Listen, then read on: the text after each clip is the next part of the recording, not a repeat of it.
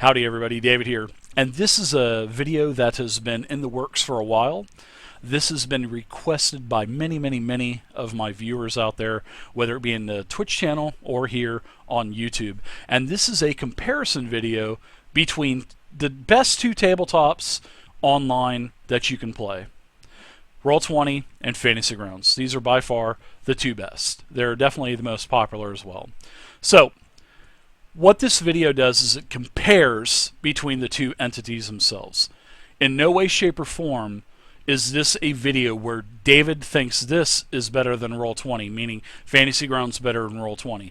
And in no way, shape, or form is this video stating Roll20 is better than Fantasy Grounds. These are just the facts, people. These are what these virtual tabletops have to offer for the topics that I've came up with. This is going to be a pretty long video, so it's going to be about 40 to 45 minutes, and I hope you guys enjoy this. Now, what I want you to take from this is, if you're on the fence about purchasing a mentorship with Roll20 or purchasing a license with Fantasy Grounds, I hope this comparison helps you make up your mind, if you're on the fence for one or the other. So, we're going to get started first with the basics between Roll20 and Fantasy Grounds. The first question that's pretty much asked with anything from a consumer point is, how much does this cost?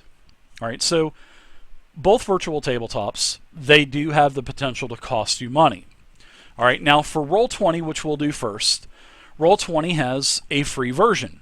Now the free version is free, and it is limited, but it gives you most features to where you can play and also Dungeon Master games very nicely. And it is free. Now, when you're using free, like I said, you are limited. You don't have dynamic lighting, you don't have a lot of the other features, and you have 100 meg of storage space. We're also going to be talking about storage space here also, because I think kind of pricing and storage goes hand in hand with pricing. So, next, there is a standard license that you can get with Roll20, and when you get this standard subscription or feature that you want to upgrade your account, it will unlock the capability to use tablets. It will open up a character vault where you can transfer your characters from game to game. It will also open up dynamic lighting and line of sight for you, and also upgrade your storage capacity from 100 to 1,000 megabytes. Now, the cost of this plan is a one-time fee, $49.99 a year, or you can pay by the month. If you don't want to pay the large price point at one time, you can pay $4.99 a month. Pretty nice. Now, there is an upgraded package that you can get for Roll20, and it's called Mentorship. Now, you'll get everything for the standard package, and you'll also get the ability to customize the API, which is creating, power cards. You can create custom dice for, say, Star Wars Galaxies. So it gives you the capability to, if you're a coder and if you know basic coding, then you could do that with the usage of the API. It will also unlock transmogrification, which transmogrification allows you to move things from one game to another game freely, because you normally cannot do that. And then lastly, it gives you a bunch of free tokens. They're not the best, but there are actually quite a few nice tokens that you would get with mentorship. And then you also get an upgraded storage capacity from 1,000 to 2,000 megabytes. So that is everything pricing and storage that Roll20 has to offer. Now, what Fantasy Grounds has to offer is this. Fantasy Grounds has a free demo. It is very limited, although I will say this. There is a perk to the demo, and I'll go into that later with another one of the pricing points that they have. And with the demo, you can search around, you can test out everything that you want. You can enter all the data that you want. It's just that the demo will not save it. So none of your information will be stored. Also, you'll be able to take a look at the D&D 3.5 rule set, the 4th edition rule set, and the Pathfinder rule set. So you'll be able to go in there and check those out, check out the monsters, check out the character sheets, all that good stuff. Now, that's free. Like I said, it's limited.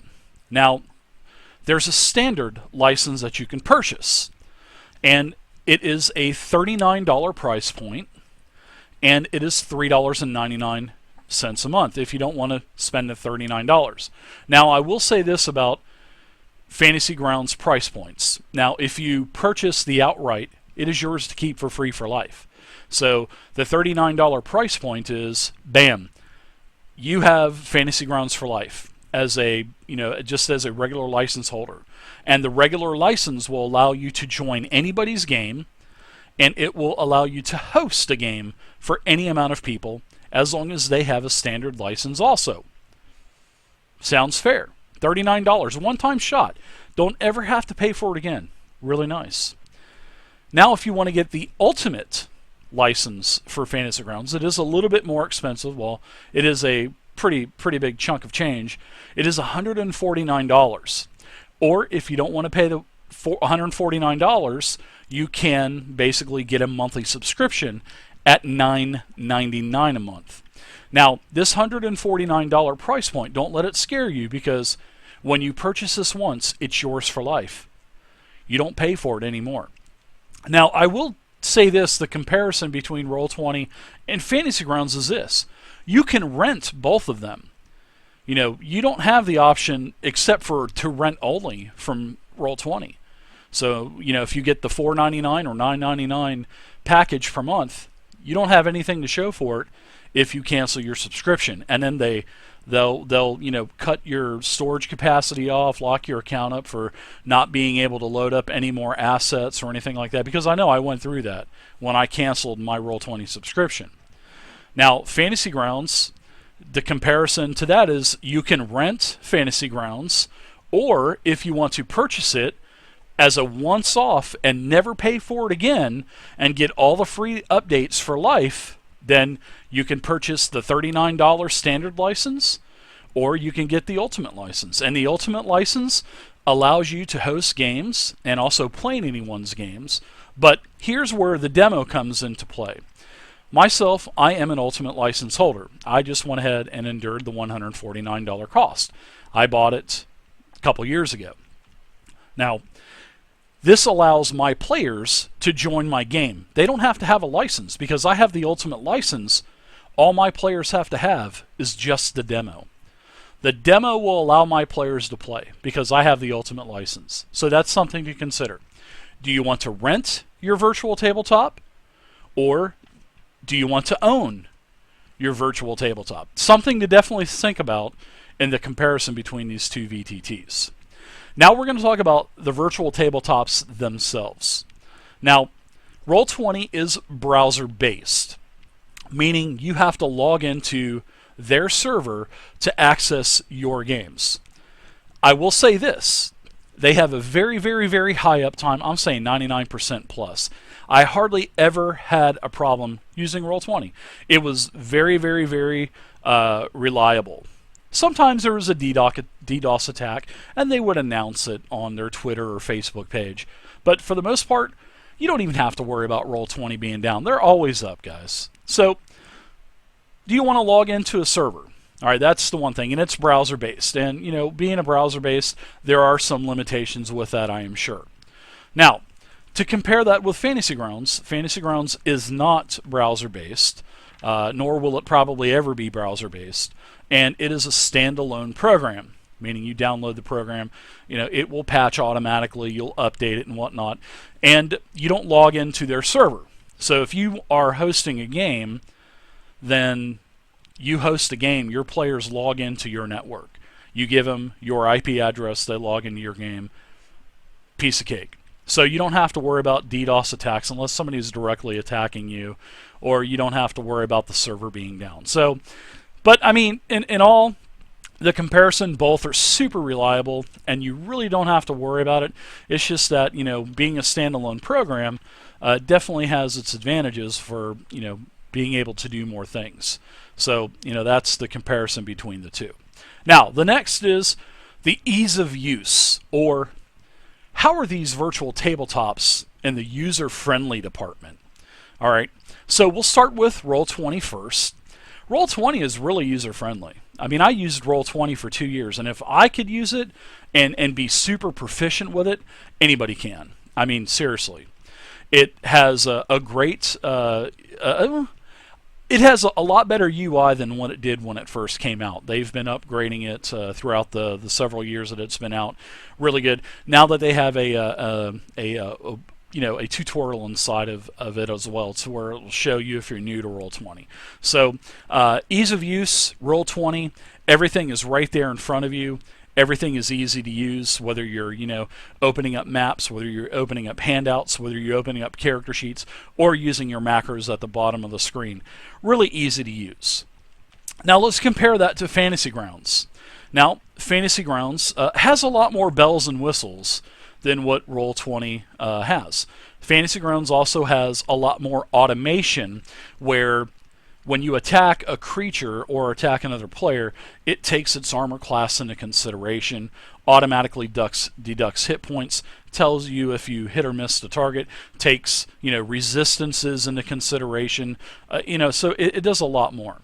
So there is a higher learning curve to Fantasy Grounds. But I will say this, for a player, the learning curve is not as steep as everyone thinks it is. It really isn't. I have players that use it.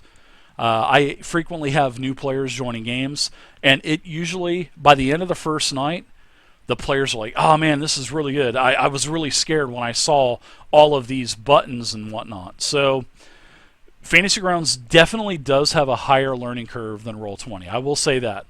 Now, that's for players. Now, for Dungeon Masters, that learning curve is actually going to go much higher, because now you're worrying about creating modules, creating content, adding syntax to macros and whatnot, and it can get pretty tedious. So the learning curve is a lot higher for Fantasy Grounds than it is for Roll20.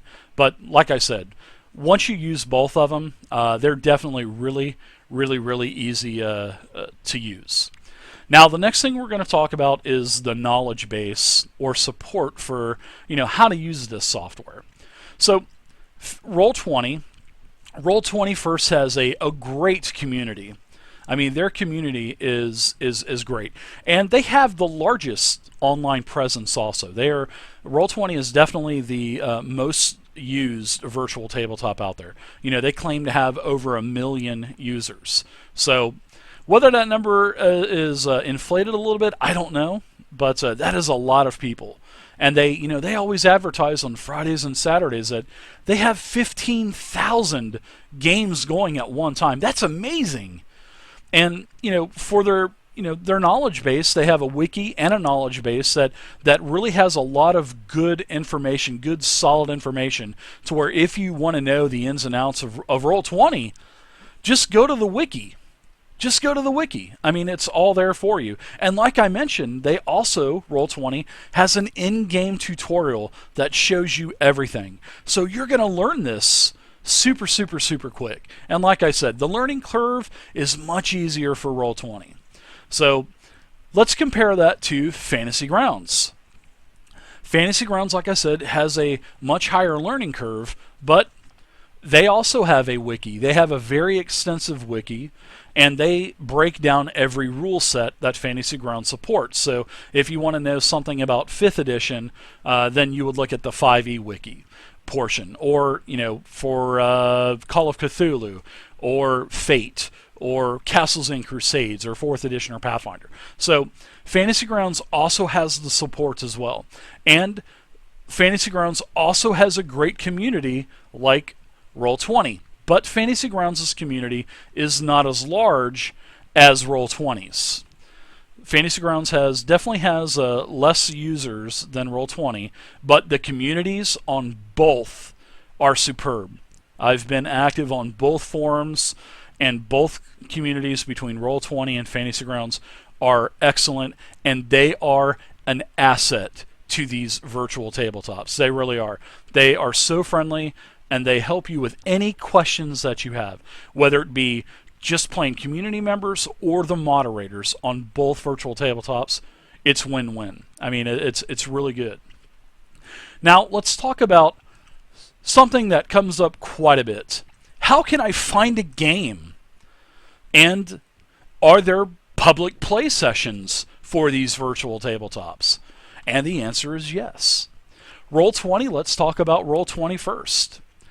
They have a wonderful, and I mean a wonderful, and they've spent a lot of time on this player database searching for players. So if you're a dungeon master and if you're playing a unique game like Dragon Age, you just put in your search that you're looking for players that want to play Dragon Age.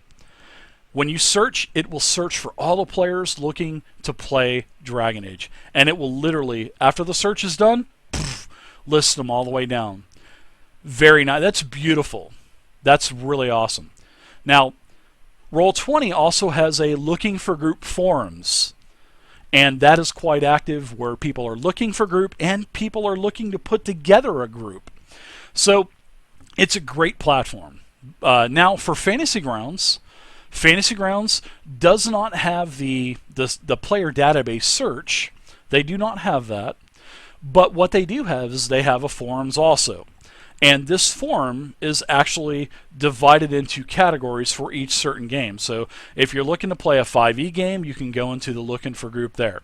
Or, and they also have every 2 to 3 months they have special FG Con, which is Fantasy Ground Con, and that's put on by the community. That's not put on by Fantasy Grounds.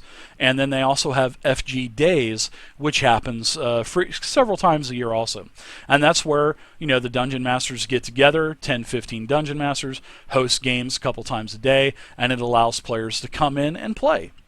And, and Doug, the owner and CEO of Fantasy Grounds, also when FG Days happens and FG Con happens, gives everybody for the day the ultimate license, to where if you do want to host a game and you just have a standard license, he'll upgrade your account to Ultimate for the day, and you can have as many players as you like. So both Roll20, Fantasy Grounds has ways to find groups, whether it be forums or searching.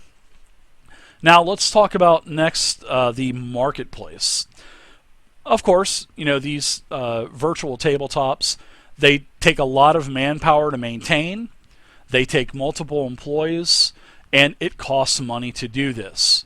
So besides just the subscriptions to purchase and support Roll20 or Fantasy Grounds, you can also purchase items out of their marketplace, and these items are token packs. You can get assets, which are like ladders and barrels and beds and piles of trash. You can get tile sets that you can build a dungeon any way you like. You can build a cave, maybe a castle, maybe a forest. Or you can buy full-blown maps that are already completed for you. Or you can even buy modules. I mean, both Roll20 and Fantasy Grounds have modules to offer by different publishing companies. So both have, quite nice, quite full marketplaces. Actually, I will say that. Now, I will say this about both Fantasy Grounds and also Roll20. Their stores are really, I think the organization on both of the stores could be better.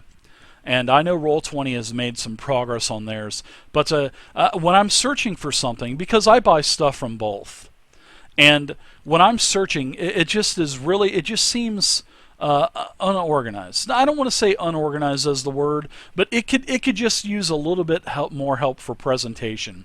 And this is something that I've also seen on the forums too. So, but guys, I mean, seriously, it takes so much time, and I'm sure that they are working on things like this, and it will happen in the future. So at least they give you the option to purchase more assets and tokens and maps and stuff. So that's a good thing. So both have great stores, have great products, and their stores are a little unorganized, but hey, that's the least. I mean, you can deal. I mean, everybody can live with that. That's nothing. So let's talk about one last thing, and that is it Steam accessible? Roll20 is not on Steam. Fantasy Grounds is on Steam. So if you're a big Steam fan and everything that you do or want to do, you have to do it through Steam, then Fantasy Grounds offers you Steam.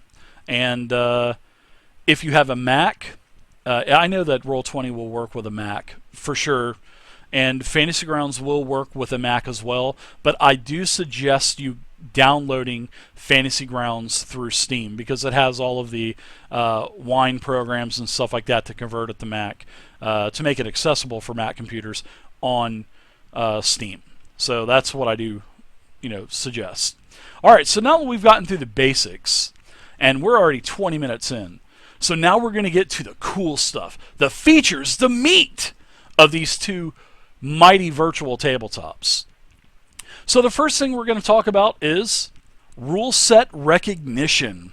And what I mean by rule set recognition is, is there things that the system recognizes about a particular rule set? And we'll start with Roll20. Roll20, they do not have any kind of feature that recognize rule sets. Meaning you just can't play strictly, well, you can, of course you can play 5e or 4e, but it doesn't recognize advantage and disadvantage. Now you can set up your macros to roll a couple rolls, and then you take the, you would choose the highest roll or the lowest roll between the two rolls. So you could do that manually, which is not a problem at all. That's what I did, and my players as well. But the recognition of rule sets, special rules within different rule sets. Is it going to recognize healing surges? Is it going to recognize this or that or that? So and a lot of this goes along with automation too. Does it automatically deduct your hit points? Does it calculate your armor class and hit? Does it automatically roll crit damage? I mean, these are things that you can compare between the two. Now, I know that Roll20 does not have a lot of automation, but I will say this. If you are someone that has the mentor level subscription, you can program stuff that will recognize things for rule sets. But you have to have the $99 a year mentorship to program that stuff, and you have to be a programmer to make that script for Roll20 to recognize it. But that's no problem. That can definitely be done. Now we're going to compare this to Fantasy Grounds and the rule set recognition and automation. And this is where I mentioned earlier that Fantasy Grounds has a lot more bells and whistles than what Roll20 would have, which is not a bad thing. It's not a bad thing. Bells and whistles are, a lot of the times bells and whistles can mean just more trouble and more heartache and more pain for an individual, but Fantasy Grounds is a really clean program. And what I mean by recognition is, if you have the 5e rule extension that does come with Fantasy Grounds, it will recognize advantage, disadvantage. It will recognize resist. So if your character has fire resist, then if you take fire damage, then you'll only take 50% of that damage, and it will auto calculate it for you and automatically deduct it from your character sheet. I know that is something that Roll20 can't do yet, but it possibly could be done through the API script. Excuse me, I needed to get a drink there. And that's what I mean by rule set recognition. And there's a lot of other rule sets that Fantasy Grounds, that you can use with Fantasy Grounds. And to name a few, you automatically get 5th edition, you automatically get 4th edition, you will get 3.5, you'll get Pathfinder, you'll get a core RPG rule set, which is a generic rule set that allows you to enter the data and for you to make the character sheet, monster sheet. There are some extensions that you can download from the forums that actually enhance the core RPG rule set. I know Numenera comes with this. And then you can purchase other optional rule sets like Savage Worlds, Castles and Crusades, Fate, Call of Cthulhu, and Rollmaster, just to name a few. So it will recognize the rule sets. And another thing is, as for Fantasy Grounds, it will automatically roll your initiative for you, put it in a tracker. Roll20 does the same thing. They have a great tracker feature as well. So it just depends, the comparison between these two and the automation. How much automation do you want? Do you want more automation with Fantasy Grounds? Or do you want less automation and less heartache and hassle, and do you just want to use Roll20? So that's the comparison, and that choice would ultimately, that's ultimately going to be up to you guys. All right, so Next, we're going to talk about, well, how do you roll dice on this? And that's easy. I mean, both virtual tabletops have the dice.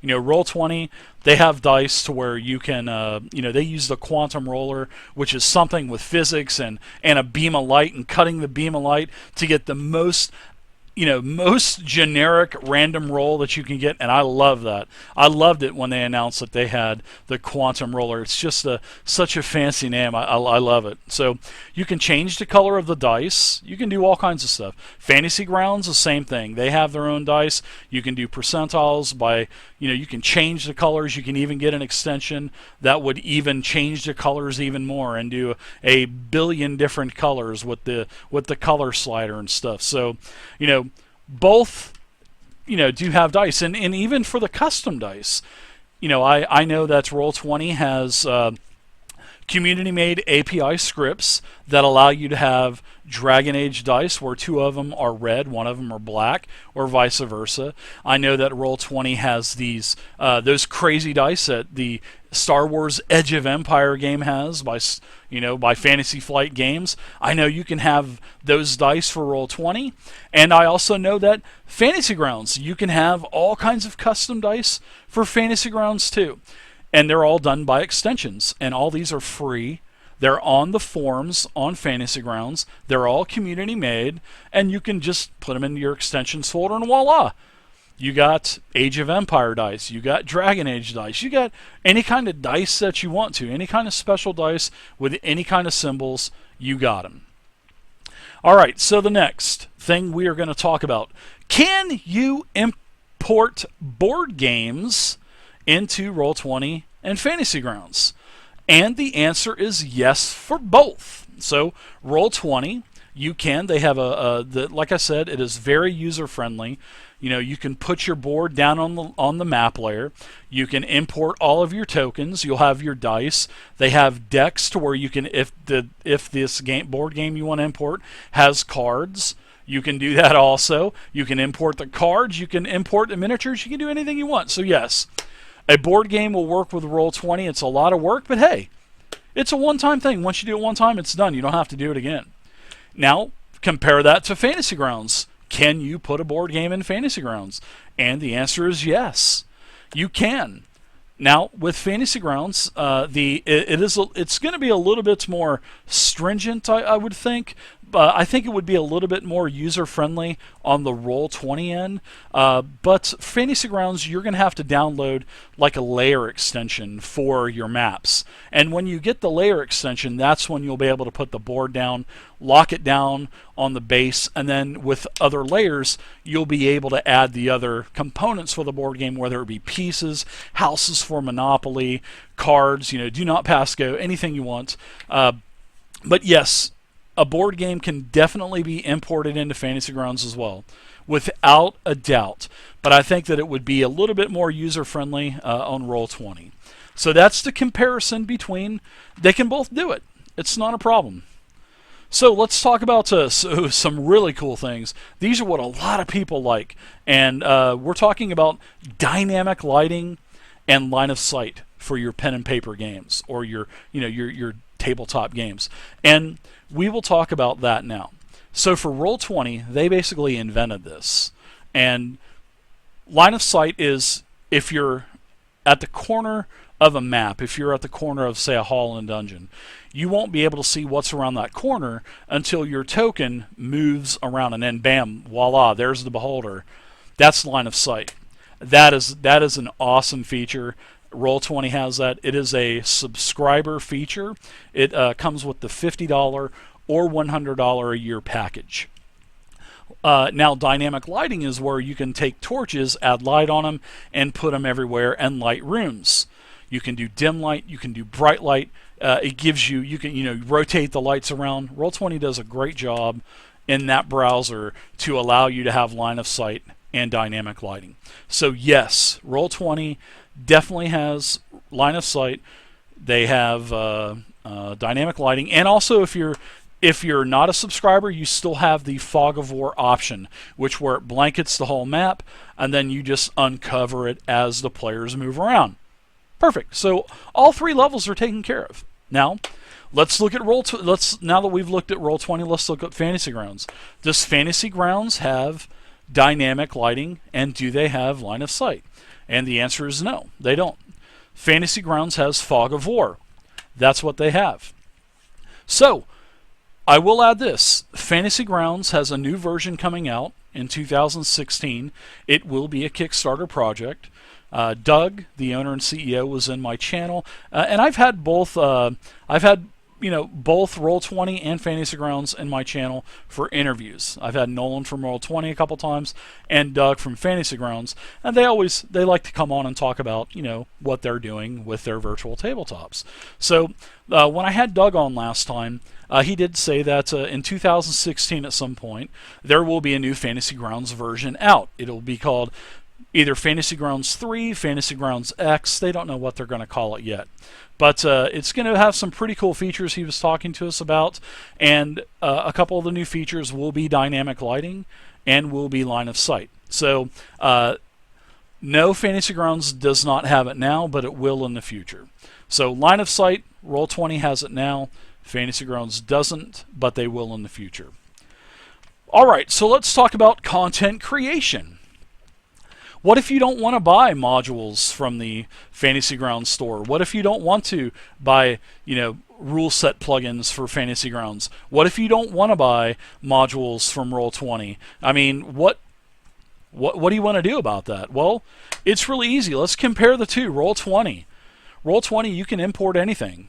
I mean, you can import maps, you can import tokens, you can import any amount of information you want to.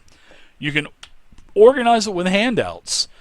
Myself, I took the entire player's handbook for D&D 5e when it came out, spent about 120 hours, grueling hours, creating the entire player's handbook in Roll20. It took 1,200 handouts and, like I said, over 100 hours to where everything, you open up the player's handbook and everything was viewable. It was beautiful. It was like a beautiful piece of work, and a lot of people always asked, man, what is that? Where do I buy that? Well, that was something that I made. So yes, you have the capability in Roll20 to upload anything you want to. You can create the Dungeon Master's Guide if you want. You just got to take the time to do it. But yes, you can import your modules, you can import your maps for the modules, you can make the rollable tables for the magic items on the modules. So yes, Roll20 does. Yes, they do allow you to create modules. Now compare that to Fantasy Grounds. You do the same thing. But I will say this about Fantasy Grounds. Fantasy Grounds has more options to where you can do a little bit more, adding pendants to the locations on the maps, and then someone can click on that pendant and open it up, and hey, here's what Waterdeep has to offer. Bam, here's everything. And I like that. It's just a little bit more organized than what Roll20 would be. So, but it just depends. I mean, you do the same thing with both of them, guys. And like I said, they're both super easy to use on both Roll20 and Fantasy Grounds. So if you don't, you can bring your own books, guys. You don't have to buy the content that they have. You can save your money and you can upload it yourself. It's just going to take a lot of time to do it. If you got the time, why not? You know what I mean? All right, so next, let's talk about creating maps. Talk about Roll20 first. Now, when I mean creating maps, I'm talking about taking tile sets. Whether you take a tile set from Prexa, you can get her a tile set that's on the Roll20 Marketplace, the Underground Desert Caverns. You can put those tiles together and make your cavern any way you want. If you want to get the Dungeon Arts, by Greg Taylor, you can get his and you can place it and you can make your dungeon any way you want. Really cool. It's all compatible with one another. That's one way. Yes, you can build maps in Roll20. They sell a lot of tile packs on Roll20. Now, can you do that on Fantasy Grounds? Now let's compare that to Fantasy Grounds. You can do that on Fantasy Grounds. Now, if you do this on Fantasy Grounds, you're going to need to get the layer extension that I was talking to you about. And it's community made. It's totally free. And what it does is it adds 3 layers to your map. So you can have your base map to where you put the map down, all of the, the items like the benches and beds and stuff that you don't want moved. because if you click on them, you'll move them. And that's the layers is a great thing. And you can definitely build maps on both Roll20 and Fantasy Grounds. As for user friendliness, I think they're both equal. I mean, even though Fantasy Grounds, you need to download an extension and throw it into your folder, I really don't see that as taxing and a lot of work, but it does work. So yes, you can make maps on both Roll20 and Fantasy Grounds. Now, let's talk about organization of your assets. Now, importing maps, importing tokens, importing your candles, your books, and the organization of all of these assets. Now, you can do this in Roll20, and you can do this with Fantasy Grounds. In Roll20, like I said, you're in the browser, so you would just it's like you're searching on the internet. So you get into you're in your Roll20 game and you type in bed. You type in bed, hit search, it'll pull up 50 different beds. So that doesn't count as part of your storage unless it will if you start importing beds and candles and maps and tokens. If you manually put those in, then yes, it's going to start counting towards your storage capacity. But I do like the search. It is, but it can throw a lot of junk up there, and it will throw a lot of junk in there from the RPG site, from Dungenie, from a bunch of other sites that you don't want, and there's no way to filter that. Not yet. I'm sure they're probably working on something, but there's really no way to filter it. But nonetheless, it's easy to access all of your stuff. Just make sure when you import it that you tag it right. It's all about tags in Roll20. So, can you do this in Fantasy Grounds also? And it's super easy, yes. And it doesn't count towards your storage space because your storage space is pretty much unlimited in Fantasy Grounds, unless you try to put 30 gig worth of assets like what I did and crash the software. But don't try to put 30,000 assets or 60,000 assets and 30 gig. Don't do that like what I tried to do. That was an interesting night, let me tell you. But yes, you can do that, and you can organize that by your token bag. Now, in the lower right-hand corner of Fantasy Grounds, you'll have your token bag. And you can make as many bags as you want. You name those bags whatever you want. So if you want a bag of elves, have a bag of elves. If you want a bag of dwarves, have a bag of dwarves. If you want a bag of hammers, have a bag of hammers. I mean, it's really, both are really nice, really accessible. For maps, the maps are the same way. Just tag them in Roll20.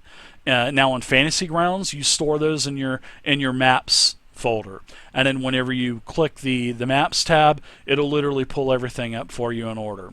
Easy, piece of cake. So the comparison, yes, you can upload anything you want in Roll20, and you can do the same thing in Fantasy Grounds, and it's very user friendly on both.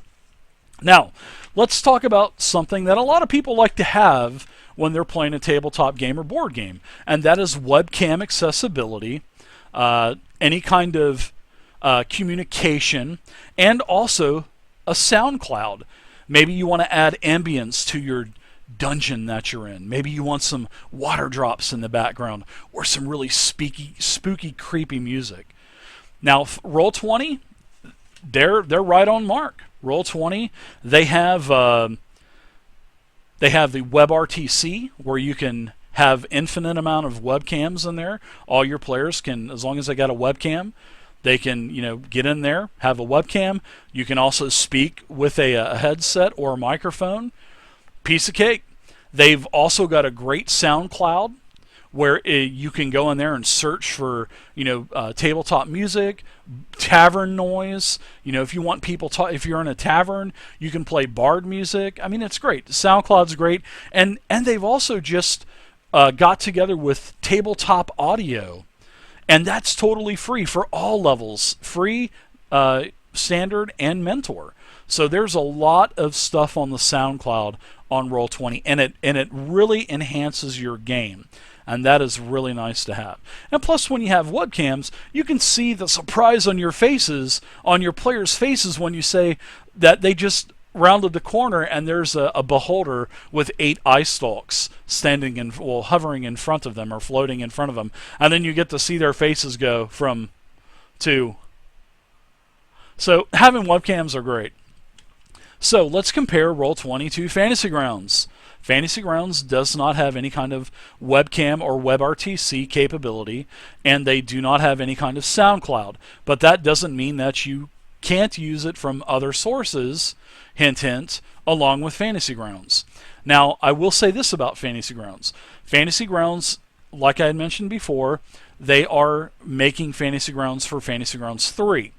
And it is currently being made now. And one of the things that they're going to be able to do with this new Unity engine that they're using, you will be able to have WebRTC. You'll be able to get access to SoundCloud and stuff like that. So Fantasy Grounds does not have it yet compared to Roll20. They have it now.